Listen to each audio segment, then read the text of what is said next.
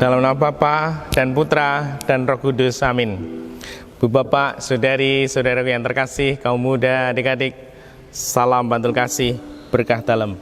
Kembali kita berjumpa dalam renungan harian hari ini Kamis 16 September 2021. Peringatan wajib Santo Cornelius Paus dan Santo Cyprianus Uskup dan Martir.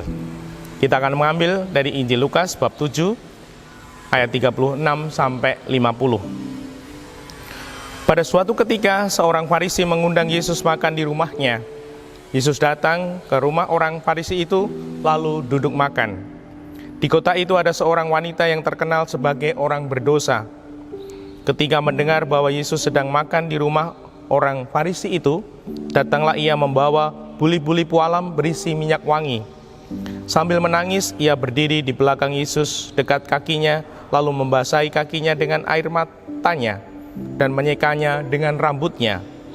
Kemudian ia mencium kaki Yesus dan meminyakinya dengan minyak wangi. Ketika orang Farisi yang mengundang Yesus melihat hal itu, ia berkata dalam hati, "Seandainya dia ini nabi, mestinya ia tahu siapakah dan orang apakah wanita yang menjamahnya ini. Mestinya ia tahu bahwa wanita ini adalah orang yang berdosa." Ibu bapak, saudara saya yang terkasih, bacaannya sampai di sini. Saya mau mengutip ini. Mestinya ia tahu bahwa wanita ini adalah orang yang berdosa. Inilah kasih Tuhan yang luar biasa. Semua orang tanpa kecuali, bahkan yang berdosa, mendapat tempat di hati Tuhan. Orang-orang berdosa mendapatkan tempat di hati Tuhan. Siapa orang-orang berdosa itu? Termasuk kita semua tanpa kecuali. Kita ini manusia yang berdosa dan dicintai, mendapat tempat di hati Tuhan. Maka semoga kita mau merenungkan hal ini, agar kita pun juga selalu ingin mewujudkan kasih Tuhan dalam hidup kita bersama keluarga dan sesama kita, untuk memberi tempat pada siapapun dalam hati kita.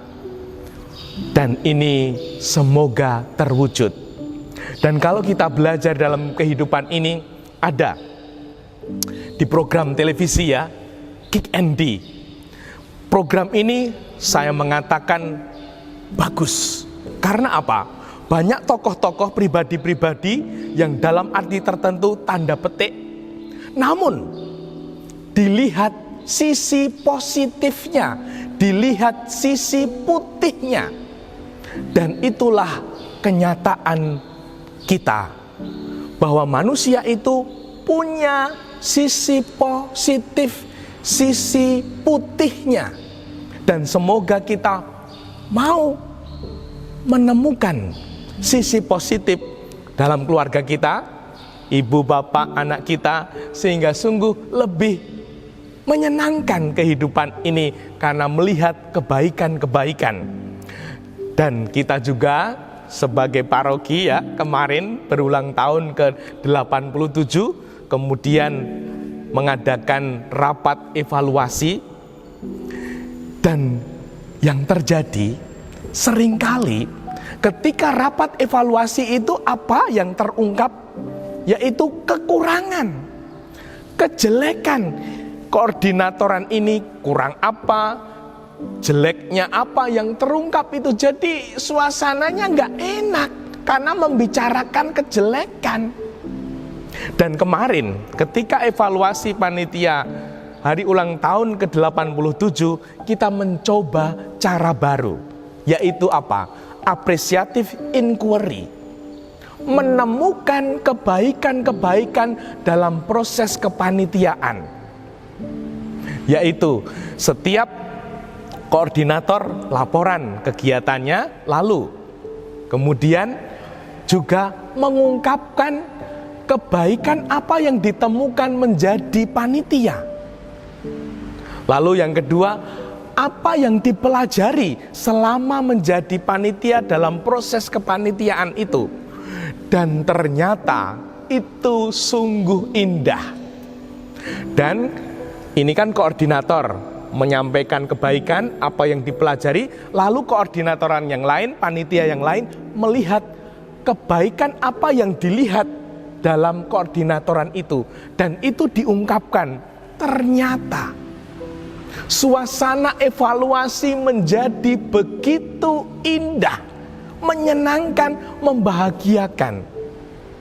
Dan semoga ini sungguh-sungguh menjadi pola kita untuk selalu menemukan kebaikan dalam langkah hidup kita, sehingga kita akan menjadi pribadi-pribadi yang penuh energi karena selalu menemukan kebaikan dalam langkah hidup kita, bersama keluarga, bersama sesama, dalam hidup lingkungan, bermasyarakat, dalam gereja, sehingga kita akan menjadi pribadi-pribadi yang bahagia. Dan pribadi-pribadi yang bahagia ini tentunya dia akan bisa berkarya. Banyak hal yang akan terwujud, dan semoga ini sungguh menjadi keyakinan kita, dan mari kita upayakan. Dimuliakanlah Tuhan kini dan sepanjang masa. Salam bantul kasih, berkah dalam Bapa, Putra, dan Roh Kudus. Amin.